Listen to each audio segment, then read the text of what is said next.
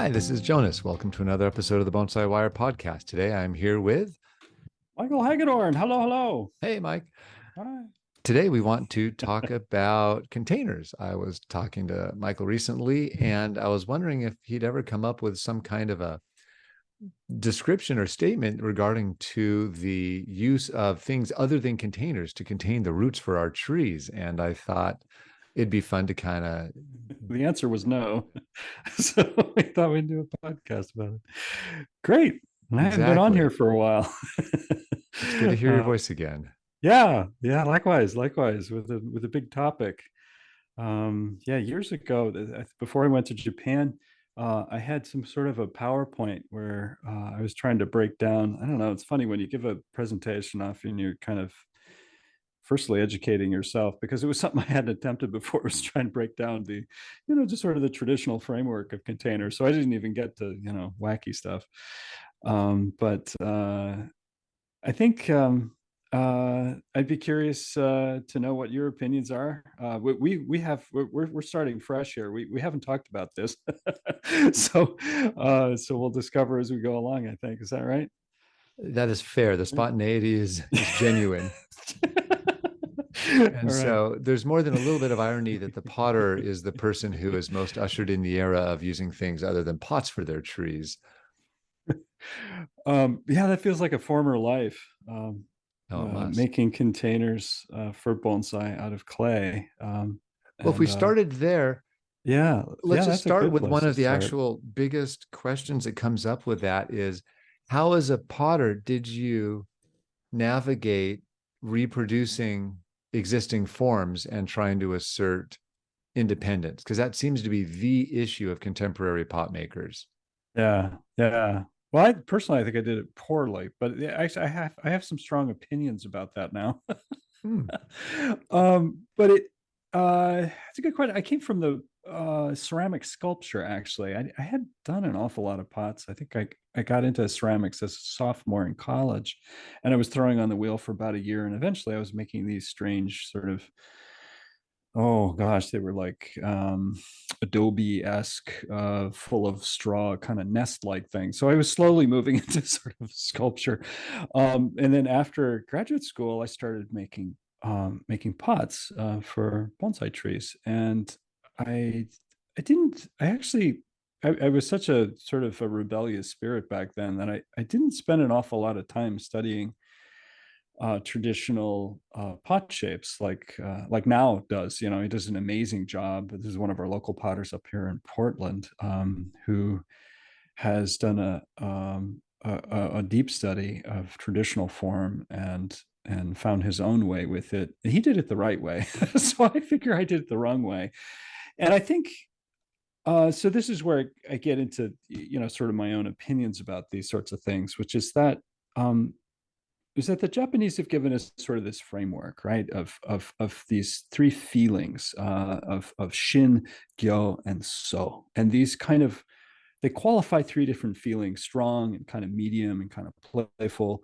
There's more to it than that, but just to throw that out. I know we've been talking about this in other places, but those three feelings are kind of, if you're a more of a complete potter, what I would say is that we should be able to handle all three of those. And I don't think I ever did that.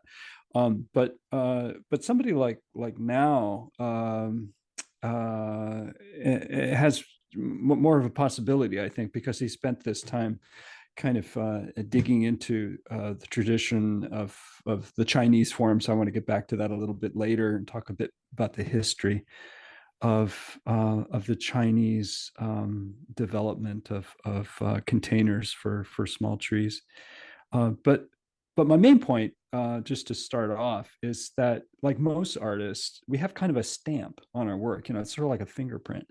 And at most potters, like most artists, we have one or two feelings, and we don't really fill out the whole vocabulary that the Japanese have offered as a framework. I don't think it's a bad thing. It's just an observation that my tenure as a potter was sort of limited to my fingerprint. I don't think it was as broad as as I wanted it to be. And there are many ways of broadening it. I mean, you can throw pots on the wheel, you can do kind of wiggly things, and then you can make things in molds that have really clear definition. And I didn't explore the full range of that. Anyway, I would throw that out there as a challenge for Western potters.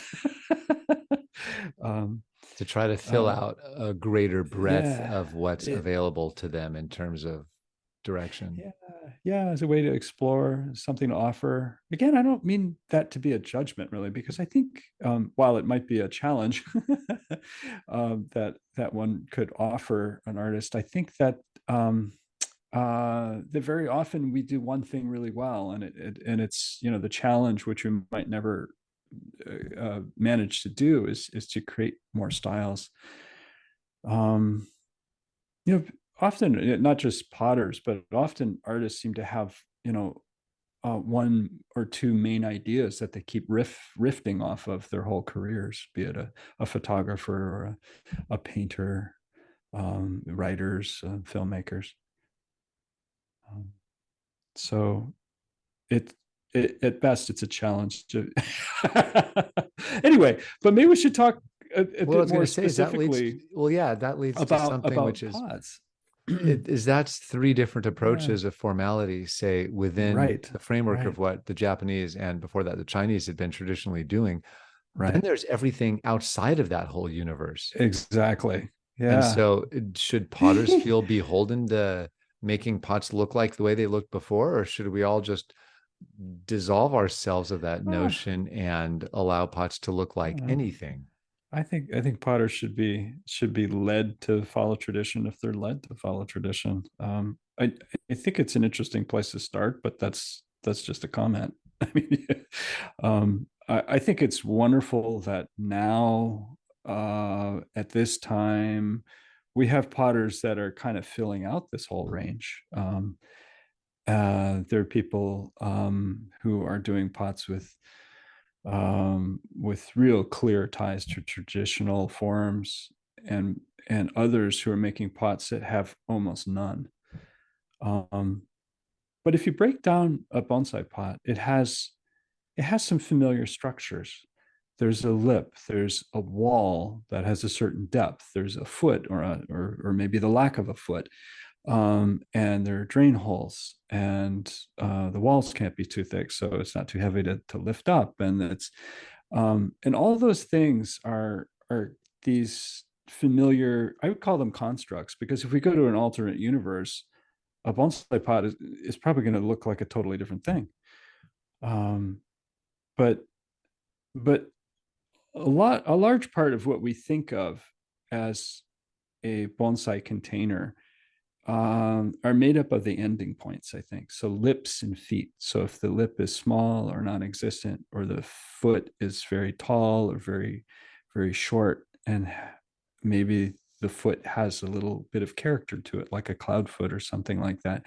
These ending points are the things that give us this stamp of feeling, I think. Mhm. Of course, there are shapes to the wall as well, but the ending points are a big part of where the tradition begins to loft off into other areas. Um, and then to go back to what you brought up, do should Western potters be beholden to any of this? And there's a few that have really gone sideways in really playful, fun ways that only are holding soil and have a hole in them. I mean, that's about the only thing that is common to them and traditional bonsai forms. It's interesting trying to figure out how to evaluate where they work, since studying bonsai in Japan is so much about, it revolves around that exquisite taste that is required, meaning, and not good or bad, but that the deep experience it takes to match container to trunk and foliar silhouette based on that tradition. That actually is a It's really, hard. it's very hard, and there are Yeah. multiple right answers, but there are also wrong-ish answers within that Wrongish. tradition. Good. Um, Yeah. Right. and so, after developing all of this taste and studying for so many years, you kind of internalize this right, wrong, appropriate, inappropriate, exaggerate these features, downplay those features kind of relationships. And so many of our new traditions are Right. growing up completely out of that. Some of these new directions are informed, but going in a decidedly different direction. Many of them are more of a folk art inspired, fully ignorant of what tradition there may or may not be. Oh, And that's a so good observation. it's Yeah. it's interesting when talking with these potters and trying to look at the trees, is it's a really fun exercise for me, at least, to start looking and asking, wow, which of my biases do I carry over and which do I leave at the door? I feel like the roots are going to need so much space in this kind of Right. configuration to keep the tree healthy. Start Right. there. Right. Right. Absolutely. Yeah. The, Yeah. the Yeah. rest is kind of decorative. The color, the shape, the clay, the style, the Yeah. fixins, the details. Yeah. That's the That's construct. really up for Yeah. grabs. Totally And invented. Absolutely. it Yeah. is. To some degree, I guess we have to assume, maybe this is even a bad assumption, that the container is on some level to present the tree, and then it has to provide, like you said, an adequate volume of soil for health. Of course, we could secondarily say this is we need these to employ potters. And then, of course, they can provide anxiety during earthquakes. In the pot Oh rooms in Japan, my goodness. my teacher's pot room, Mr. Suzuki's, I mean, everything is tied down with rope. Yeah, chimeras are often tied down as well. Yeah. Yeah, right. um, so many uses. Um, Do you have you spent much time helping people suit completely modern containers to trees? Do you do much with that in your Very uh, few. oh, interesting. That's an interesting question. Very few. Yeah, most of the clients that I currently have are more interested in traditional forms. In fact, they tend to be trying to source Chinese containers, so antiques. And those are wonderful pots. Every time you pick them up, as a potter, I have this great sense of sort of valuation and kind of they're very humbling pots, really.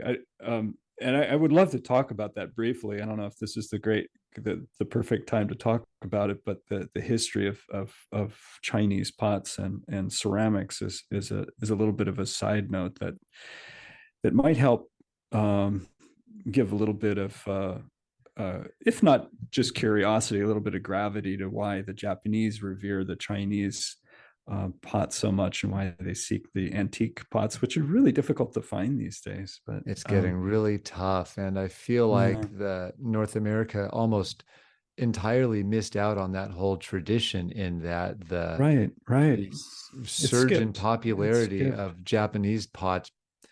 I find a lot of potters called out by Right. name, and these are very low quality pots, but if you've got a name on it, it seems like it's a thing. And I felt that Mm-hmm. Chinese pots have been undervalued in the States. There's a tiny group of people, Mm-hmm. relatively small, that has always appreciated them. And I've always been a Yeah. card carrying Yeah. member of that camp. But Uh-huh. now that the popularity has gone sky high, they're getting really hard to find really anywhere in the world.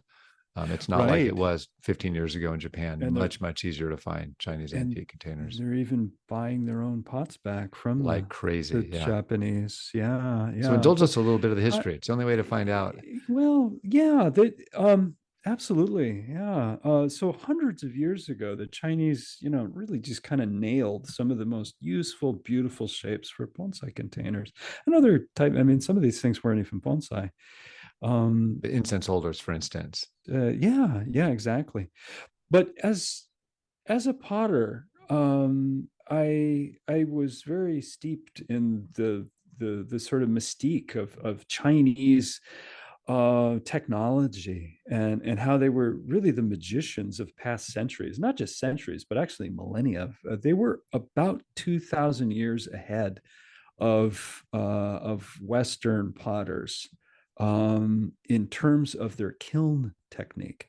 So the technology of firing a pot and making it hard. That's what we're talking about. So that actually the structure of the kilns were different, and they um, they had built kilns that were able to reach temperatures that, for instance, Europeans were which couldn't even get close to those temperatures.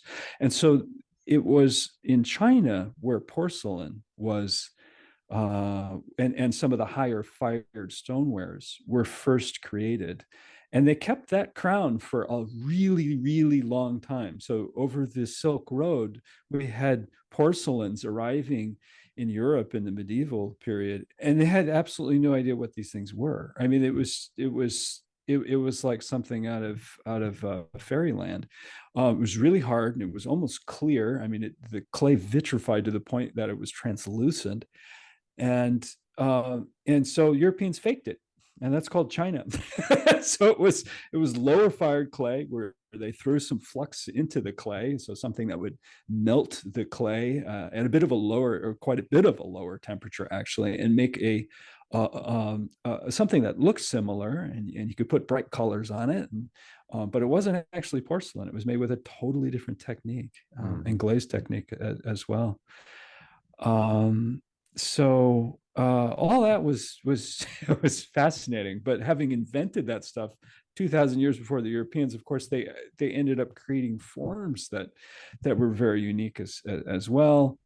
And the glaze work was just so subtle, and the lower you're firing, generally the brighter your colors, and so the higher the firing, the more earthy the colors. And so this is something that, just to jump back and talk about people making bonsai containers. There's a whole contingent of potters like Ron Lang and others who are using atmospheric kilns. And an atmospheric kiln, one of the primary one and the oldest one, is the wood kiln.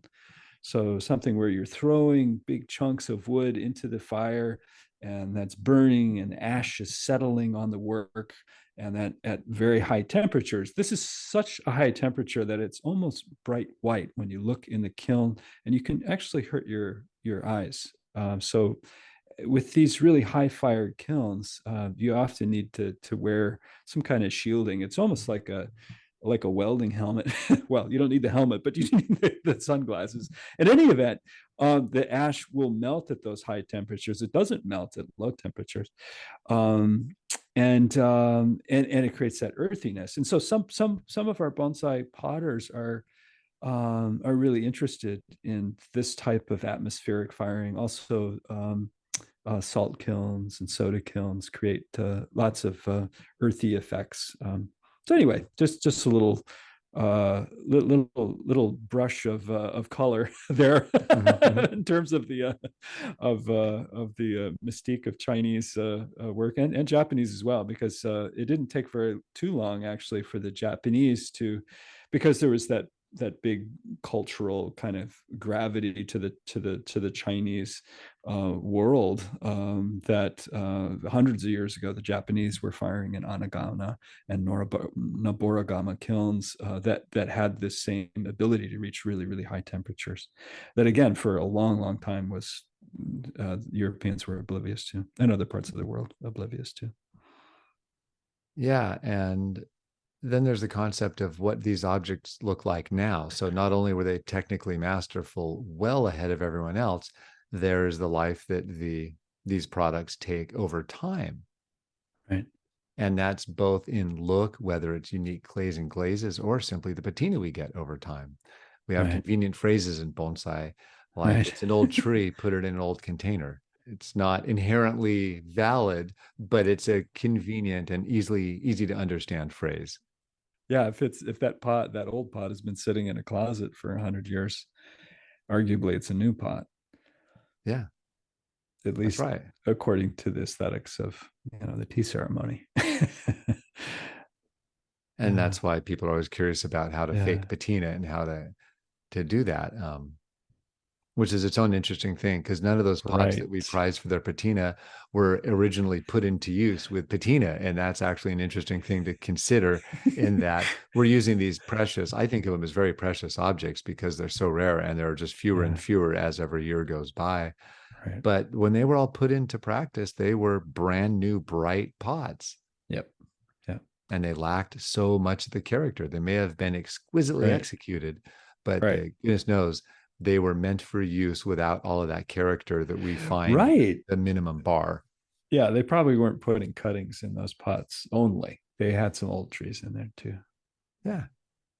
Yeah, exactly. So as we leave containers completely behind, a whole Mhm. lot of other concerns show up. And apart from the technical ones about how do you keep the trees healthy and how do you keep it from falling apart, what have you Yeah. learned in designing the shape of the root ball without a container? Or has that all just been Oh wow, yeah. whatever practically results from needing to protect the roots? Yeah, it's funny. I mean, moss does a little bit. If you can get a moss growing on it, you have a little bit of an insulation layer. When I think of evaluating it as an Uh, outsider, I just get to see, oh, uh, look, here's a new new photo essay of this new containerless tree.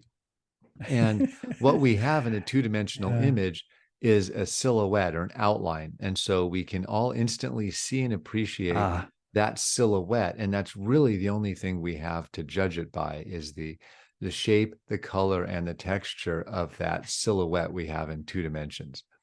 It's a completely different experience in person, but the vast yeah. majority of people who've seen your work have only seen it in these carefully cropped images that you've made for us. Well, the lucky people who went to the Pacific Expo, which Jonas and Eric gave to us, were able to see one of the pieces that I've done in the manner that Jonas is talking about. There was a little shore pine there that just had a slab under it, and so it was sort of a moss mound. It's kind of almost like a kokedama, the way that we make Uh-huh. some kusa. And so over time, these forms become kind of lumpy as the moss kind of takes on a life of its own, and then roots grow up into the moss area, and then the thing begins to change its shape from what you originally created. And there's both a plus and a minus there. I mean, I do like the moss and how it kind of becomes comes into its own a little bit, but the other thing is that the whole thing can become just a little bit too organic. You already have an organic tree, and then the problem is that the thing that it's coming out of can also be organic. And one of the nice things about a bonsai container, a ceramic container, is that it sort of forms this foundation, this visual other, something that creates a a bit of vibrance or tension between something that is very, very lively and organic, and then something that isn't. I had a professor in college say something that has always resonated. In fact, I think I might have said this on another podcast. Apologies if I have, but he said something along the lines of, um, if you have one thing, it's very hard to find necessarily meaning in it. But once you put two things together that are a little bit dissonant or opposites, or not even that, but just two things together, then you have the possibility of creating meaning. And I think it might be, I don't know, I've never really heard of anybody talk about what the meaning might be between, or that arises when you have a tree in something that's ceramic, but something happens there.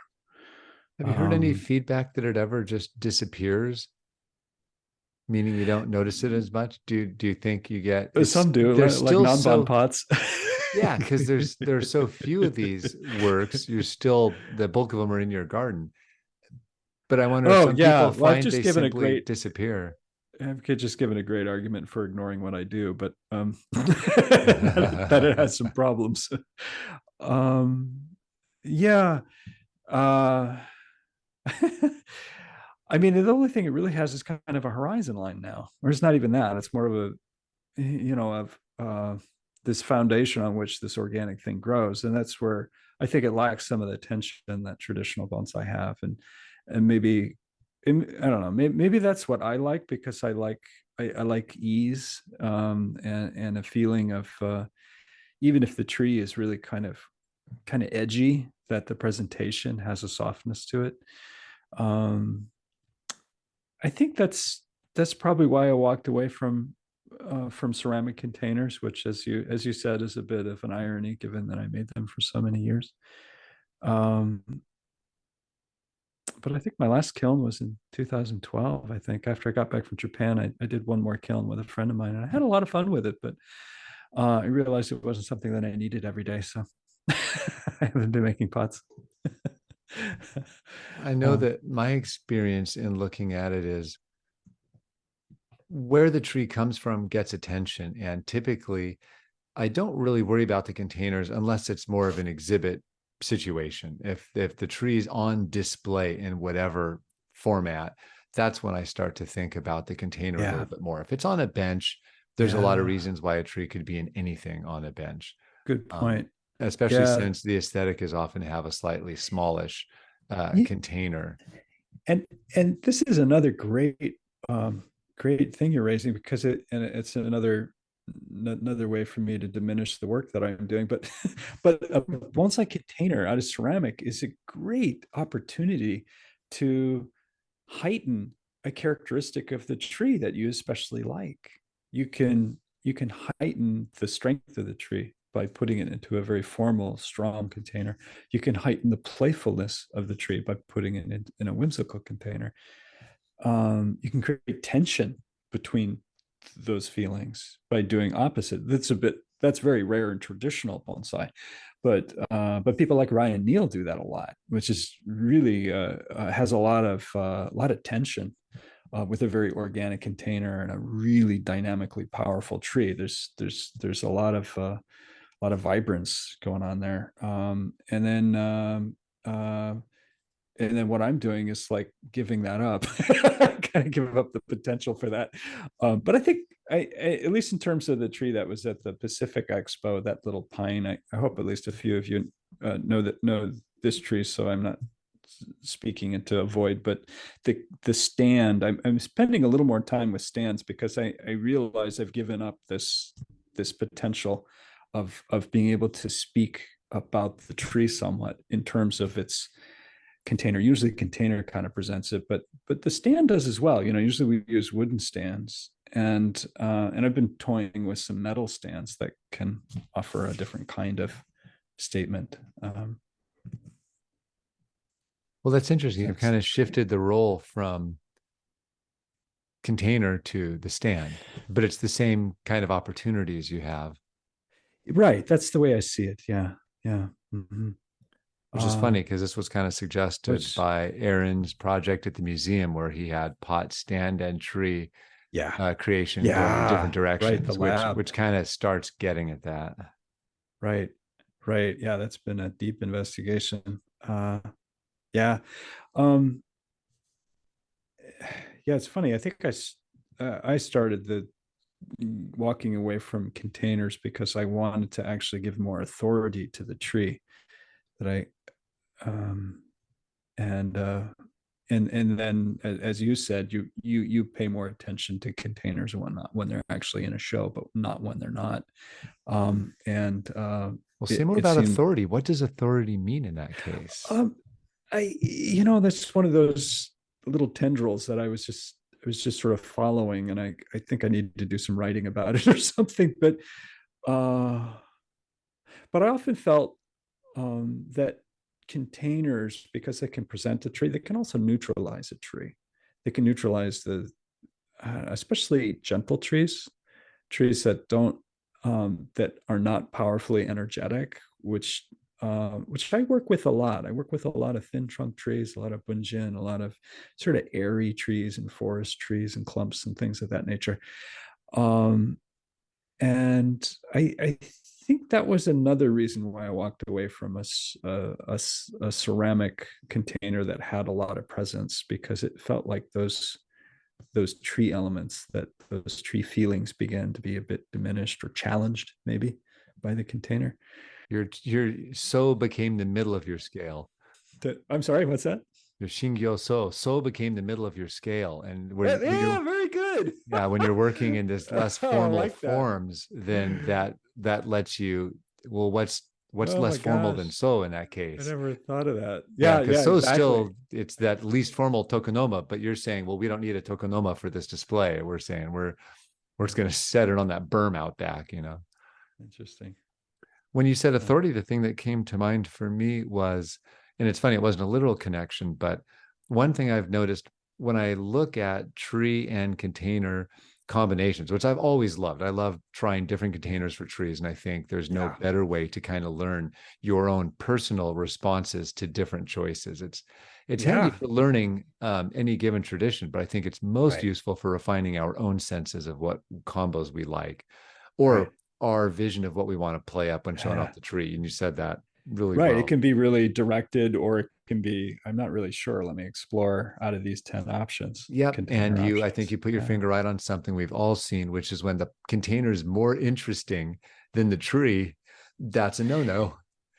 Yeah. And now we can come back to talk about, once we move away from traditional forms. And there's even some really well-known container manufacturers in Japan that are making crazy forms. Mhm. Gyozan is one of them. Have you seen their catalog? That is probably mostly sold. Have you seen some of these?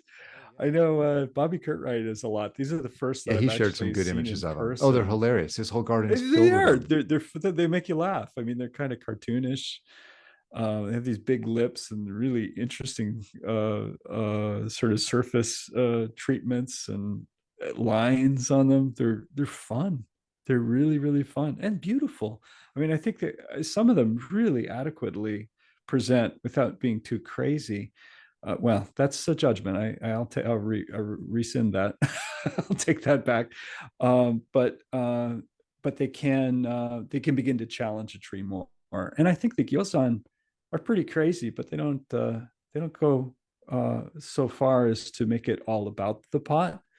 And maybe that's another direction. It'll There's also some be interesting to think what would the right trees be for those containers, because yeah, I enjoy yeah, the containers, but then when you start to right, think, great, he's built the stand into the pot.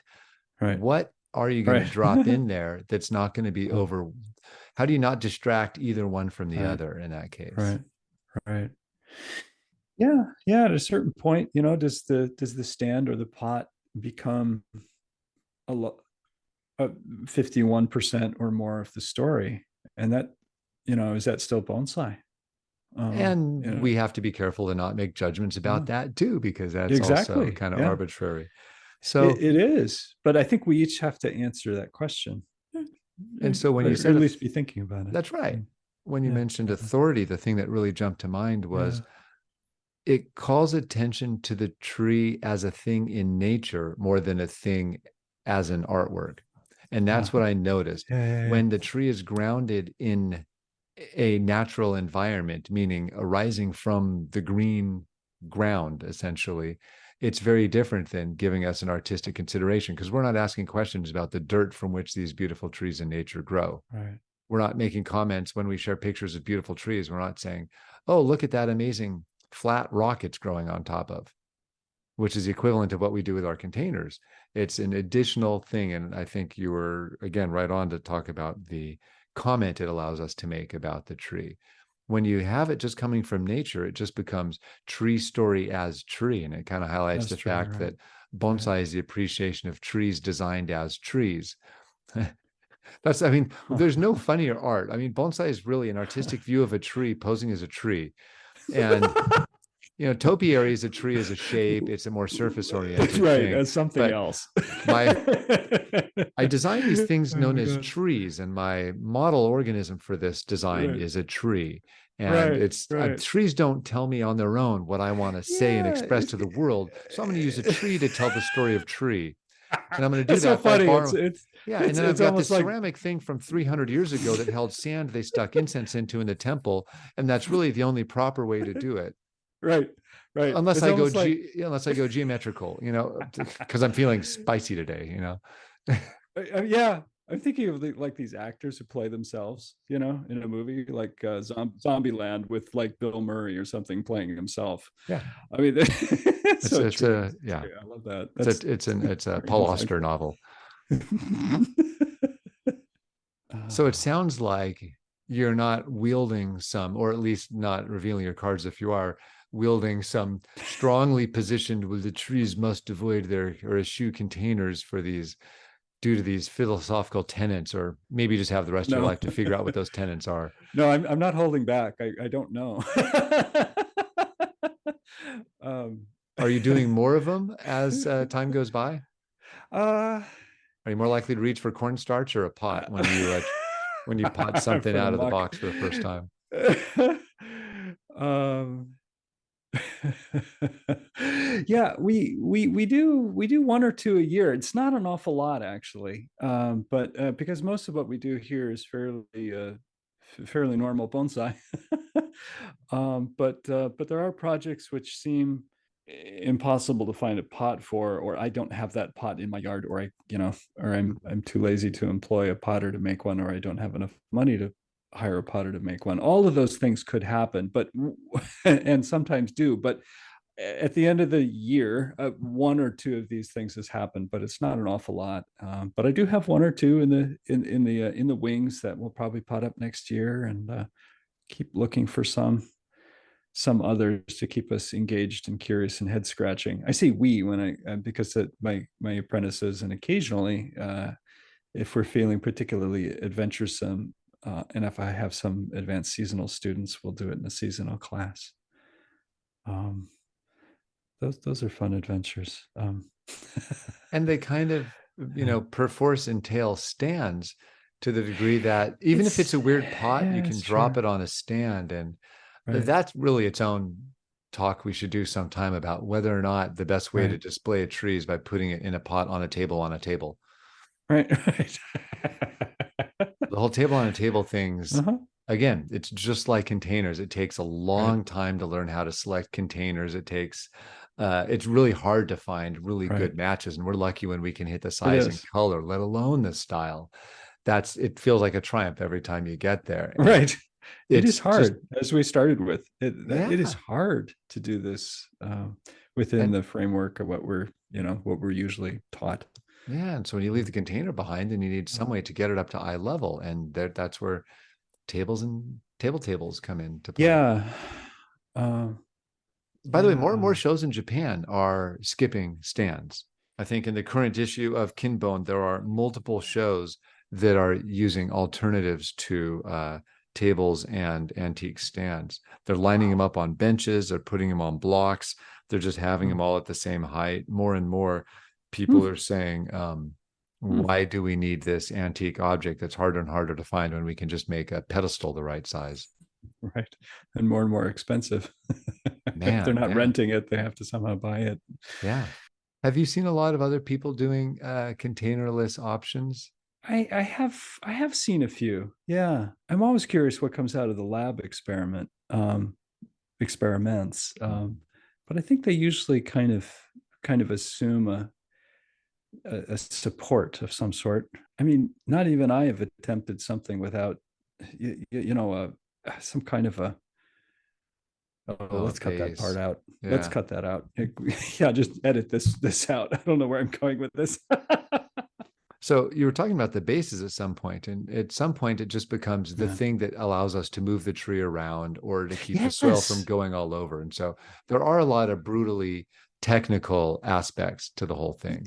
Right. Once we develop enough weight, we can't do the kokedama with big tree. You have to have something that supports it. And this was, one of the things that made me walk away from rock slabs, because once you get enough weight, that gets a little bit scary. And some sort of man-made thing, like many have been making for many years, is really a better option. Yeah, that's where maybe, I don't know, maybe there's more exploration to do. Find something where there isn't even a visible platform, some sort of structural. Now I'm just dreaming. I don't know the answer here. Are you familiar with any? I think it's Yeah. Yamada's daughter who makes the Huh. kind of bonsai scenes, and that's kind of, I forget what it's called or if it hasn't even a name, but she creates these little display rooms almost where there'll be maybe some shrubbery around the base and an image Right. projected in the background, and the trees kind of floating up in this, and it's a very scene-based approach to, in which the pot's way less important in those. They almost remind me of like Cornell boxes in the way that Huh? they're going a little sideways. Yeah, yeah. I Yeah. don't know whether they have found a name for that. Um, it's sort of multimedia. It is. And I actually have been Yeah. surprised.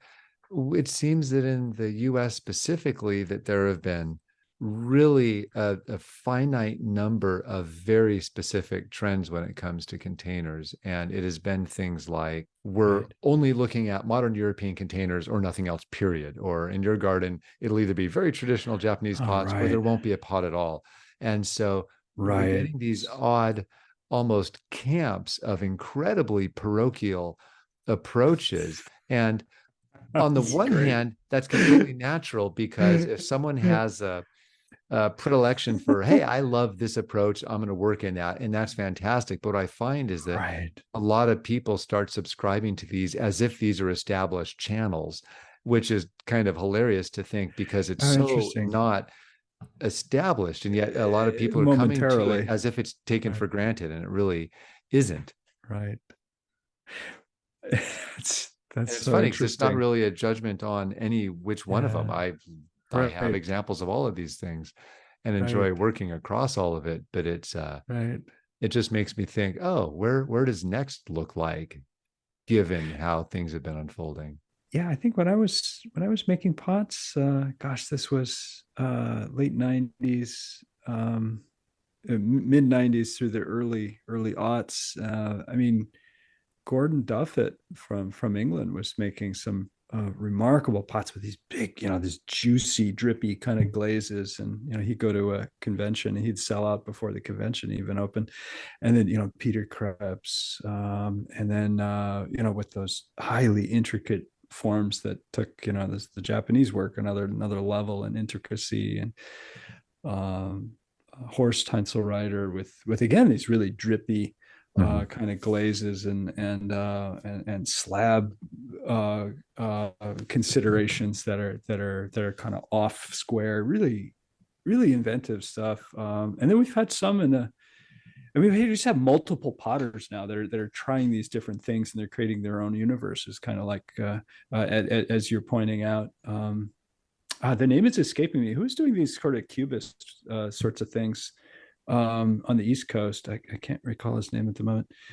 I Where do think we that go? one of the easiest approaches, or at least the one that comes natural to me, is it's so funny to try to compare contemporary work that's not only not part of a tradition, but the artists themselves are experimenting left and right, and it's all brand Yeah, spanking new. And we're comparing this to right, decades slash hundreds of years slash millennia of tradition of other right. forms, which are, like you say, are super dialed in. And one Yeah, reason I've enjoyed the just the approach of support all of these different directions, and over time those artists will decide if they're happy with their forms, and they will or won't change. Other artists will decide if they right, are inspired to do something in a similar right, vein or in a different vein, and then all of the right. people employing these containers in their gardens are going to be voting with what they decide to populate their gardens with. Oh, it's a great way to put it. And so Yeah, it's just so early days right now.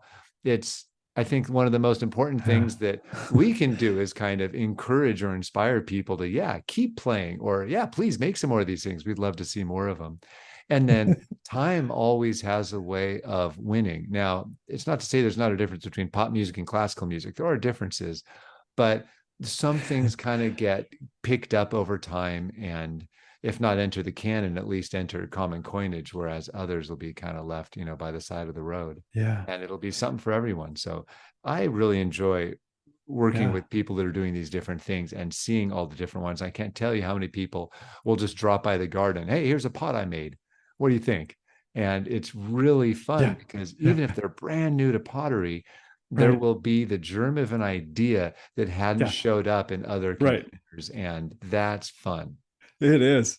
Yeah, it's exciting, and to send them back with some encouragement and yeah, often those newbie potters will leave a few pots, for you to try out, and that's a lot of fun, or give some thoughts about glazes or whatnot. And so before we leave this entirely, can you let us know one technical tip for how you put together your kind of moss covered creation? Oh, a technical tip.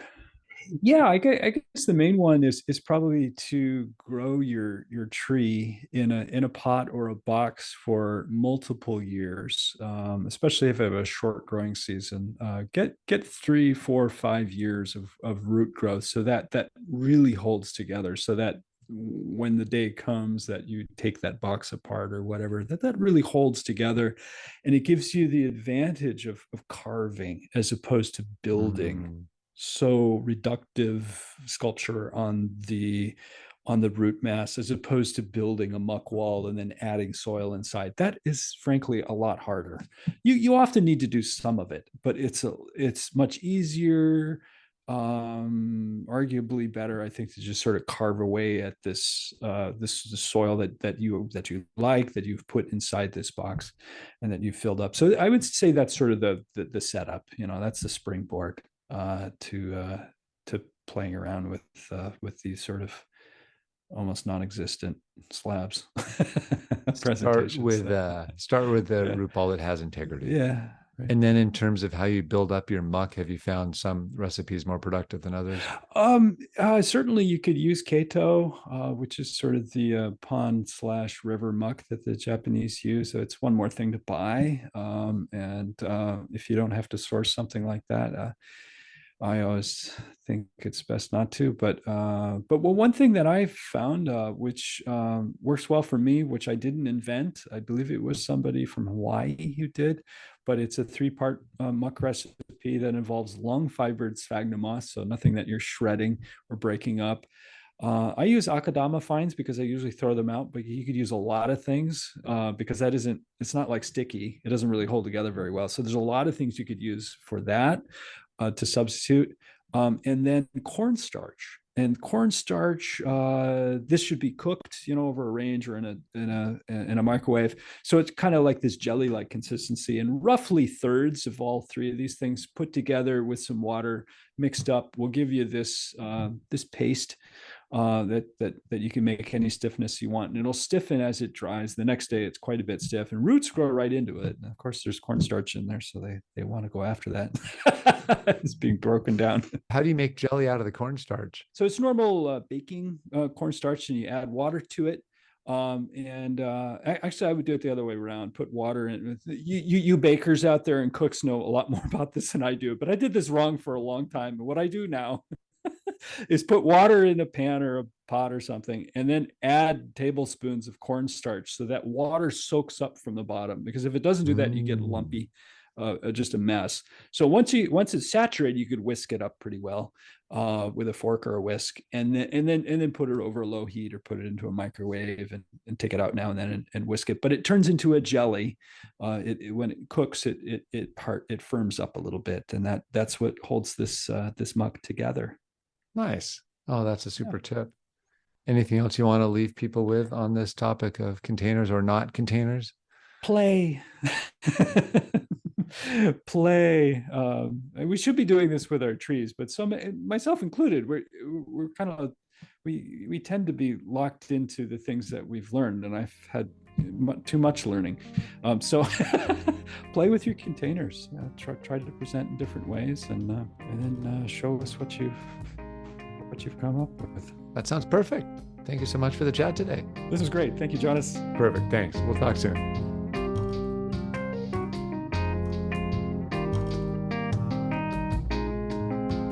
The music on today's podcast was brought to you by the fine folks at Blue Dot Sessions. Check them out at www.sessions.blue.